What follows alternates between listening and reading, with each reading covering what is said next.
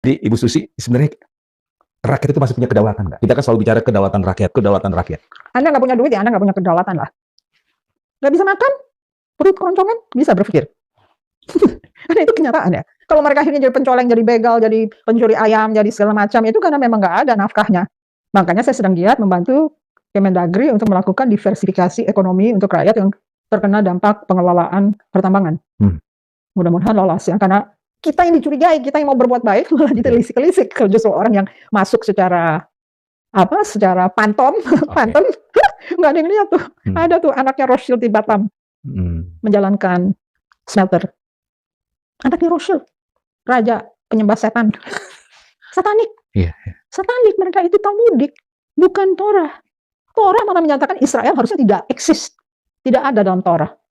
Nggak, Israel tuh absah. Yang membuat itu Talmud, yang disebut Judaism, Judaic Rabbinism, Rabbi Judaik yang memegang Talmud sebagai buku sucinya. Oke, jadi memang rakyat kita sepertinya difokuskan atau diarahkan untuk berjuang soal perut saja, Ibu ya, sehingga akhirnya mereka tidak terlalu aware dengan hal-hal yang tadi Ibu Susi sampaikan. Ya. Kalau zaman Soeharto sudah lazim dari pemerintahan fasistik itu untuk mengatakan kenyang, aman. Itu menjadi habit, udah menjadi cara mereka berpikir. Bukan seperti orang yang bisa tiba-tiba kehilangan dignity ya, karena dibuat untuk seakan-akan mereka adalah orang yang tidak bisa berpikir hanya karena memikirkan perut. Mereka memikir perut itu basic aja, nggak ada yang dimakan. Kan kita seberapa jauh sih BPS melakukan penelitian tentang kesejahteraan rakyat kecil? Jangan cari-cari di rumah Kemang, Menteng, ada nggak kira-kira pekerjaan ekonomi yang menguntungkan pemilik rumah? Sama sekali itu eksploitatif gitu loh. Untuk saya itu melanggar privasi ya. Kan masuk ke rumah orang hanya untuk tanya sesuatu yang mustahil. Kalau orang kecil ya dia punya usaha di rumah, tapi itu disita. Warung-warung dipajak. Padahal MUI menyatakan haram hukumnya kalau rakyat kecil dipajak. Dia sudah melakukan itu, jadi saya pikir alhamdulillah si MUI ini mulai menyadarkan rakyat banyak.